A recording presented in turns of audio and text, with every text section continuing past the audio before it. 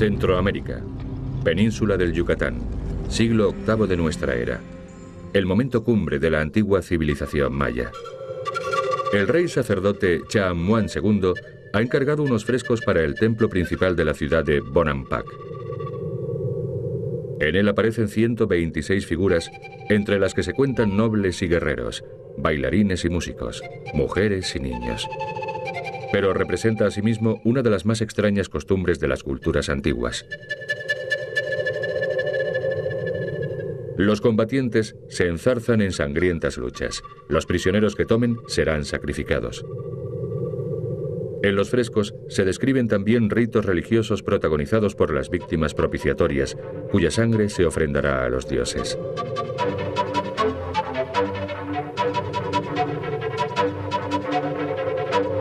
Los murales de Bonampak van más allá de lo puramente artístico.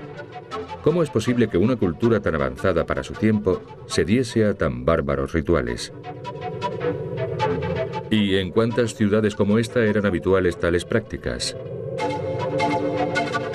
Acompáñennos en nuestra búsqueda de las ciudades perdidas y exploren con nosotros el paradójico mundo de los mayas.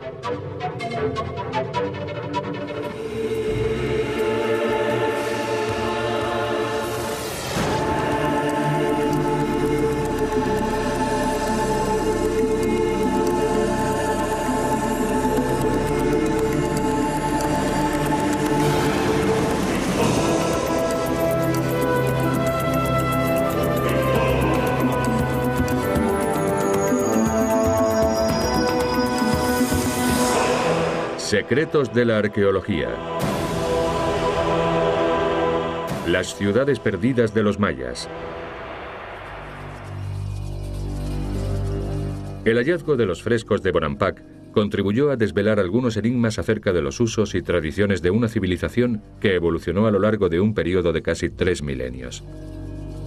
Una cultura que alcanzó su apogeo entre los años 200 y 900 de nuestra era, para a continuación experimentar un inexorable declive hasta su práctica desaparición en torno al año 1500, poco antes del advenimiento de los conquistadores españoles. Sus ciudades quedaron abandonadas y poco a poco la jungla fue engulléndolas. No obstante, las gentes que las habían poblado no se extinguieron. Sencillamente se dispersaron por la región hoy conocida como Península del Yucatán, en el actual México, donde aún hoy perviven las ancestrales usanzas de los mayas. El 11 de mayo de 1840, el arqueólogo John Lloyd Stephens escribió en su diario estas palabras acerca de su expedición a México.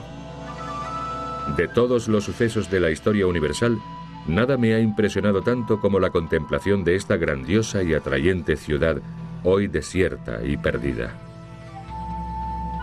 Stephens había partido varios meses antes, siguiendo el rastro de ciertas historias sobre ciudades ocultas en la jungla y algunas personas desaparecidas misteriosamente.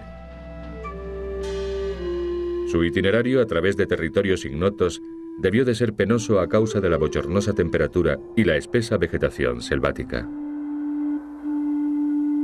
Y aunque en viajes previos había estudiado las pirámides egipcias, los monumentos italianos de la antigüedad y los templos helénicos de Atenas, fue en las junglas mesoamericanas donde lo embargó una intensa sensación de estupor.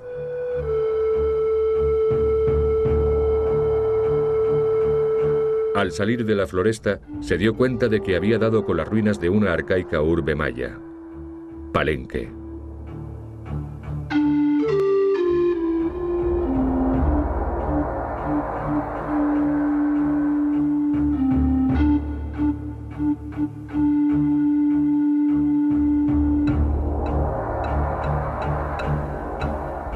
Stephens y su acompañante, el arquitecto Frederick Catherwood, que realizó algunas acuarelas sobre la región, se quedaron estupefactos al contemplar la ciudad sagrada.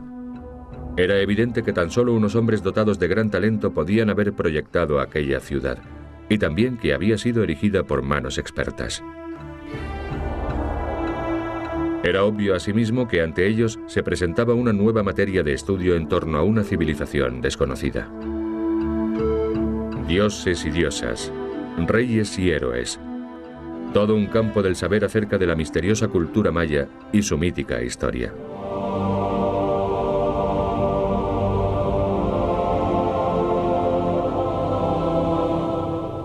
En sus tiempos de esplendor, Palenque se extendía por un área de más de 15 kilómetros cuadrados, y sus pobladores se contaban por decenas de miles. Sus monumentos más relevantes datan de un período comprendido entre los años 630 y 700 de nuestra era, durante los reinados de Pakal Kin, el señor de Pakal, y su primogénito Chambalun II.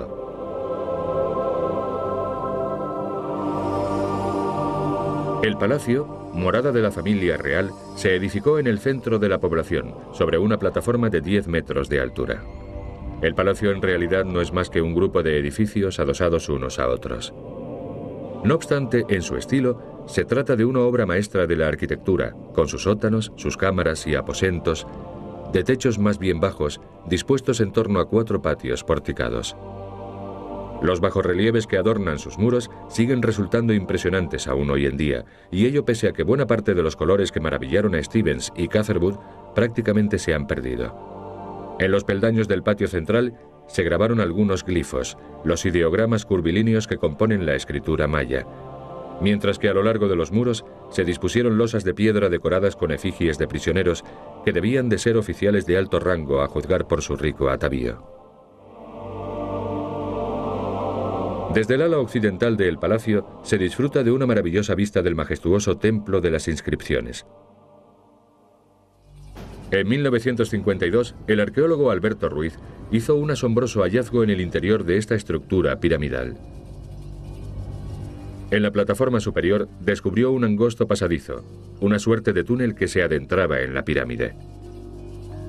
La galería llevaba varios siglos cegada por toneladas de tierra y piedras, de modo que el descenso a las profundidades del edificio resultó dificultoso y aventurado. Al cabo de varios meses de excavación, Alberto Ruiz se descolgó hasta el fondo del pozo. Al final del túnel halló una cámara subterránea y en ella se encontraba el sarcófago donde descansaban los restos mortales de Pakal Kin, que gobernó Palenque hasta el año 683 de nuestra era. Se trataba de uno de los más trascendentales hallazgos de la arqueología moderna, un hito de capital importancia para ahondar en el conocimiento de la civilización maya. Hasta entonces, se pensaba que las pirámides mayas se empleaban tan solo para el culto religioso y carecían de fines mortuorios. El féretro contenía el cadáver del soberano. Su riquísimo ajuar funerario estaba compuesto por una diadema, unos zarcillos, una gargantilla, un pectoral, brazaletes, sortijas y una máscara, todo ello labrado en jade. Amén de la joyería, se encontraron varios bustos de estuco, posiblemente retratos del mismísimo señor de Pakal.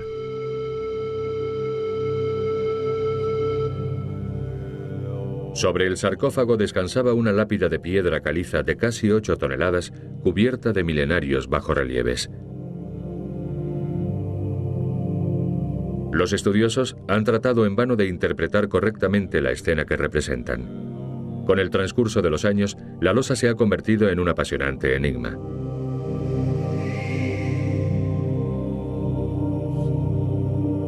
El rey Pakal aparece sentado en el interior de un objeto o edículo difícil de identificar.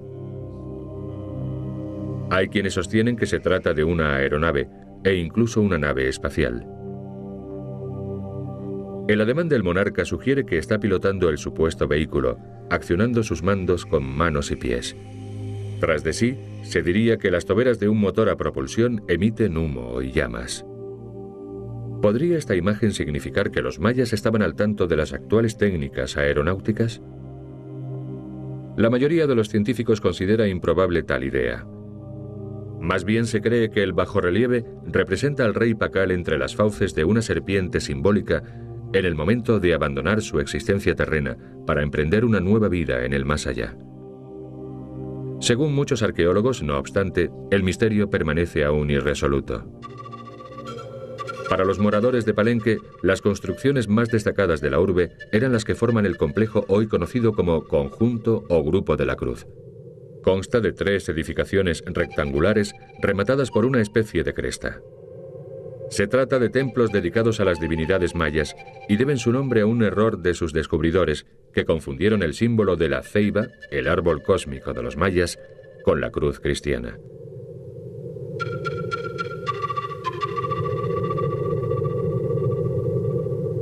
En el cenit de su gloria, este espléndido conjunto arquitectónico rodeado de jungla debía de componer una imagen verdaderamente admirable.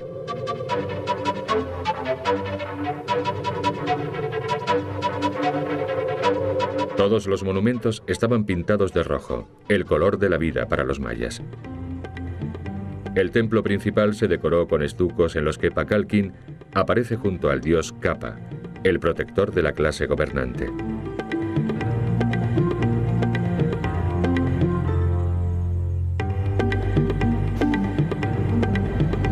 Los bajorrelieves de Palenque demuestran que el culto a las deidades estaba estrechamente relacionado con la clase social a la que pertenecían sus fieles. El dios Exchua, por ejemplo, era el patrono de los mercaderes. Incluso los colores de los murales debían aplicarse conforme a unos cánones estrictos. La piel humana se coloreaba en rojo, las divinidades en azul, el color del cielo, y los animales y plantas se pintaban de amarillo. La sociedad maya se organizaba en una estructura piramidal cuya cúspide estaba ocupada por el rey, dotado, al igual que el faraón egipcio, de poderes divinos. Por debajo del rey se hallaban la clerecía, la aristocracia y la casta militar. En la base de la pirámide se encontraba el resto de la población, compuesta principalmente por campesinos y artesanos. Los labriegos llevaban una vida relativamente apacible. Puesto que los mayas desconocían la rueda, no circulaban carros por sus calles. Los mercados de las ciudades eran pequeños y no demasiado concurridos. En ellos debían de oírse los graznidos de los pavos y se verían grupos de compradores y vendedores regateando el precio de las diversas mercaderías. Sin embargo, la mayor parte de la población consumía los productos de sus propios huertos de árboles frutales y hortalizas. Había, sin embargo, ciertos artífices que realizaban unas obras que no se vendían en los mercados: joyas realizadas en jade. Este resistente, perdurable y bellísimo mineral era tan precioso que solamente la nobleza podía permitirse tanto su adquisición como la contratación de los diestros artesanos que lo trabajaban. Las obras de arte talladas en jade debían de ser objeto de comercio en una de las urbes más ricas del Yucatán, Chichén Itzá. La ciudad fue fundada a finales del siglo VIII de nuestra era y representaba la consolidación de un poderoso estado maya mantenido por el comercio, los impuestos y la guerra. En mitad de Chichén Itzá se alza una gran pirámide conocida como El Castillo, al parecer edificada para la adoración del dios Kukulcán, denominación maya de la deidad azteca Quetzalcóatl. Los 365 escalones de El Castillo sugieren que el monumento es un ciclópeo calendario. Y en los equinoccios de primavera y otoño, al ponerse el sol, una proyección serpentina ilumina la escalera septentrional del edificio.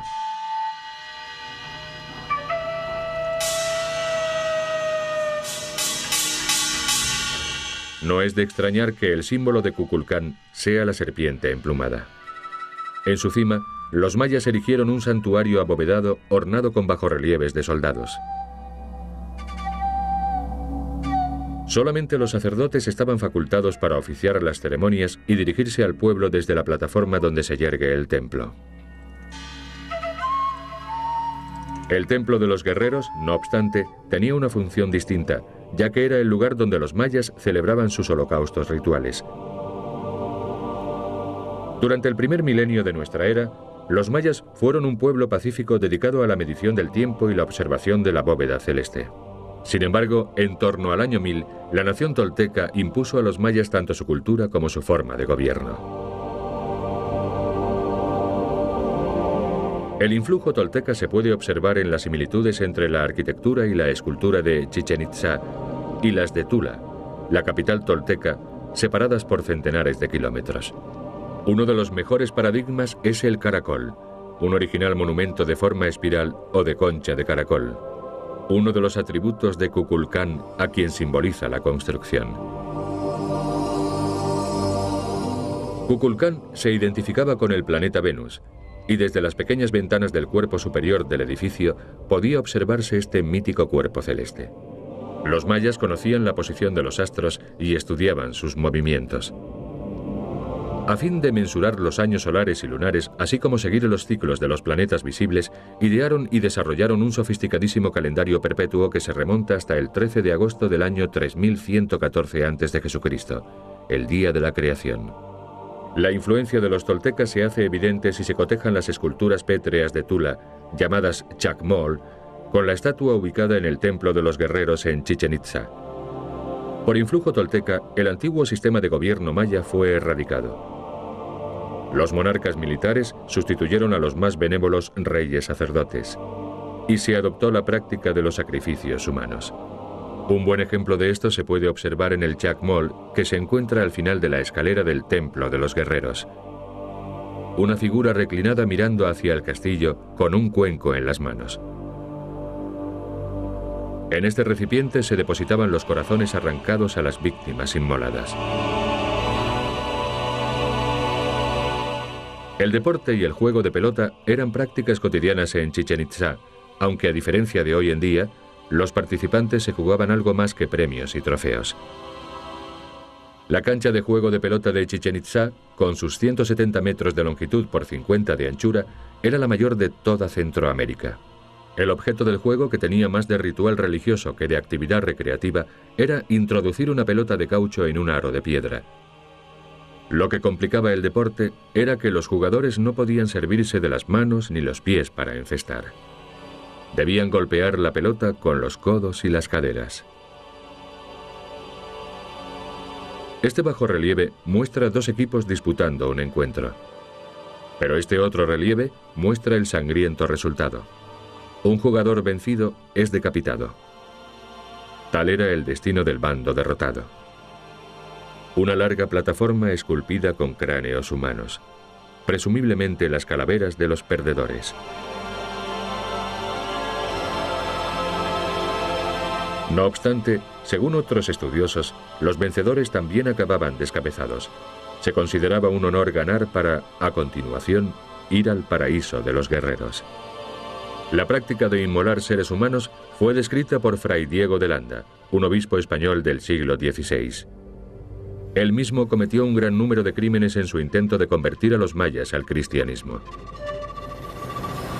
Entre ellos, el célebre auto de fe de Maní, en el transcurso del cual se entregaron al fuego todos los documentos del período clásico maya. El maya fue el primer pueblo precolombino que dejó constancia escrita de su devenir histórico, ya que su historiografía arranca en el año 50 a.C. Mas hoy, de los millares de libros escritos en jeroglíficos, tan solo perviven 4. Uno de ellos es el llamado Códice de Dresde. Los libros mayas se confeccionaban con corteza de higuera plegada como un acordeón. Aunque cualquiera podía aprender a escribir, solamente los sacerdotes tenían derecho a coleccionar libros y leer los textos sagrados.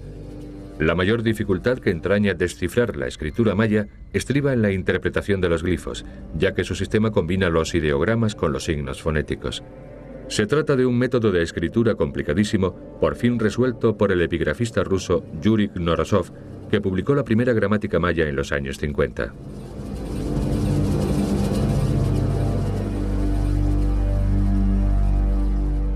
El territorio habitado por los mayas era extensísimo, y puesto que el caballo y el burro se habían extinguido hacía decenas de miles de años en el continente americano, los mayas construyeron carreteras para facilitar sus desplazamientos.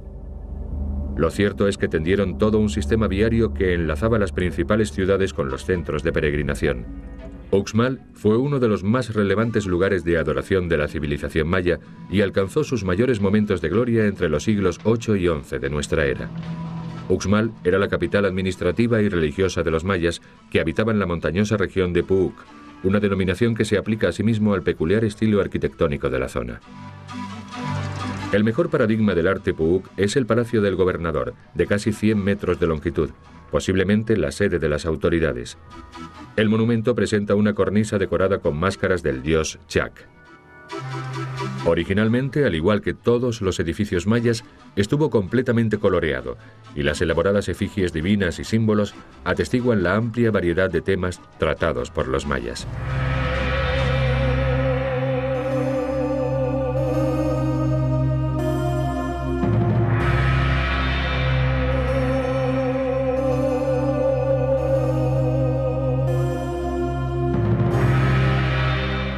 obstante, la construcción más magnífica de Uxmal era la pirámide del adivino. Su función principal era servir de centro de adoración de los dioses del cielo. Sin embargo, también doblaba como observatorio, y desde él se estudiaban los movimientos de los cuerpos celestes. Como el palacio del gobernador, la pirámide del adivino estaba ornada asimismo con máscaras del dios Chak. Esta imagen de un sacerdote con el rostro tatuado surgiendo de las fauces de una serpiente fue descubierta en el interior de la pirámide.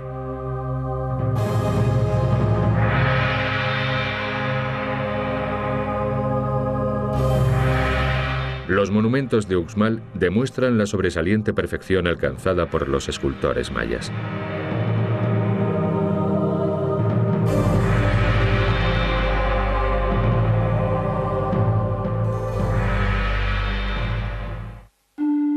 No todas las poblaciones mayas se encontraban en mitad de la jungla.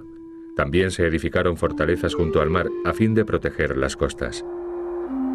Una de las plazas fuertes erigidas a orillas del Caribe es Tulum. Este fue el lugar donde en 1518 se produjo el primer encuentro entre los mayas y los españoles llegados por mar. Los conquistadores debieron de quedarse boquiabiertos al contemplar tan formidable ciudad en un entorno de tal hermosura. En el Templo de los Frescos se encuentran las más sobrecogedoras pinturas mayas de cuantas han logrado sobrevivir al paso del tiempo. Aquí se puede contemplar las deidades del panteón maya, que dominaban así el universo de los vivos como el de los muertos. Los frescos demuestran bien a las claras que se trata de una cultura consciente de la relevancia del color.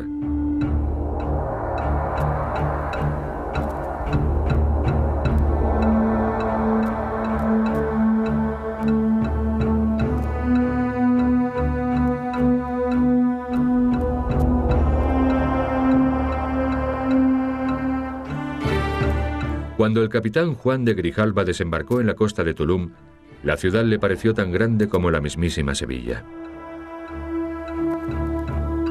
Debió de ver edificios pintados de rojo bermellón, de azul claro, de blanco y de verde. Por desgracia, hoy tan solo perviven trazas de aquellos colores. El castillo de Tulum es sin duda alguna el monumento más prominente de la urbe. A comienzos del siglo XX fue parcialmente demolido y restaurado conforme a la acuarela realizada por Frederick Catherwood cuando visitó Tulum.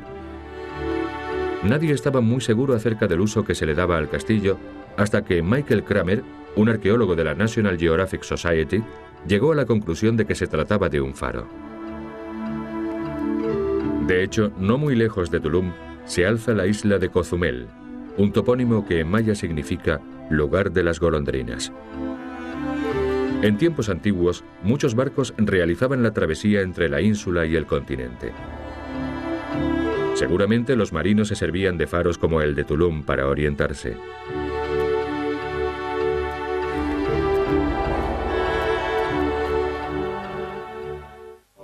Los mayas gozaban de una civilización y una cultura que constituyen un estudio de contrastes. Respetaban la naturaleza y consideraban sagrados a los animales. Y no obstante, el animal llamado ser humano era sacrificable. La sangre era la argamasa con que se edificaba la vida de los mayas. Eran grandes historiadores y arquitectos, y sin embargo, jamás se les pasó por la cabeza usar la rueda como medio de transporte. Eran supersticiosos y temían al trueno y al relámpago, mas estudiaban y predecían los fenómenos estelares con una precisión digna de nuestro tiempo. Las contradicciones de la nación maya constituyen su más intrincado enigma. Lo que sí sabemos es que vivieron su tiempo en sincronía con las fuerzas del universo. El poeta guatemalteco Miguel Ángel Asturias escribió: los mayas eran un pueblo que contaba sus días como si fuesen diamantes. Tenían fe en sus dioses, en sus rituales de humo, en los sueños y en la sabiduría de las palabras. Cosas que 5 siglos de devastación, explotación y olvido no han podido destruir. Los mayas aún perviven, gracias a lo que legaron para que nuestra civilización lo descubriera.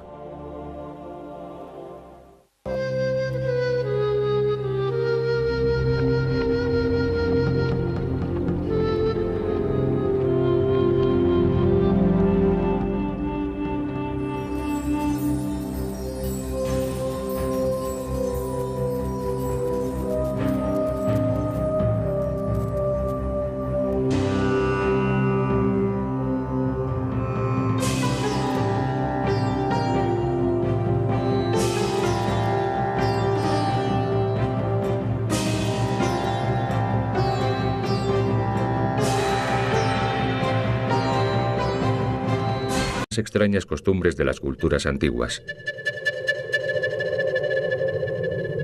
Los combatientes se enzarzan en sangrientas luchas. Los prisioneros que tomen serán sacrificados. En los frescos se describen también ritos religiosos protagonizados por las víctimas propiciatorias, cuya sangre se ofrendará a los dioses.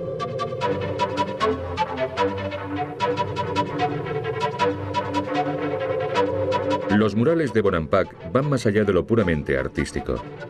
¿Cómo es posible que una cultura tan avanzada para su tiempo se diese a tan bárbaros rituales?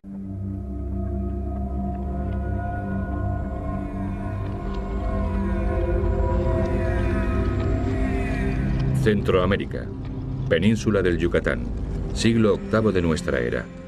El momento cumbre de la antigua civilización maya. El rey sacerdote Chaamuán II ha encargado unos frescos para el templo principal de la ciudad de Bonampak. En él aparecen 126 figuras, entre las que se cuentan nobles y guerreros, bailarines y músicos, mujeres y niños. Pero representa asimismo una de las más. ¿Y en cuántas ciudades como esta eran habituales tales prácticas? Acompáñennos en nuestra búsqueda de las ciudades perdidas y exploren con nosotros el paradójico mundo de los mayas.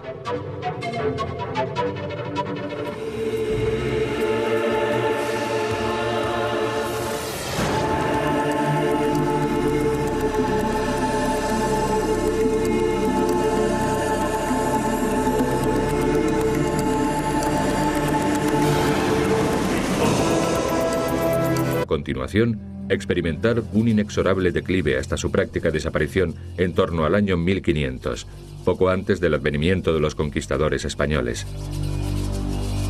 Sus ciudades quedaron abandonadas y poco a poco la jungla fue engulléndolas. No obstante, las gentes que las habían poblado no se extinguieron. Sencillamente se dispersaron por la región hoy conocida como Península del Yucatán, en el actual México, donde aún hoy perviven las ancestrales usanzas de los mayas. El 11 de mayo de 1840, el arquitecto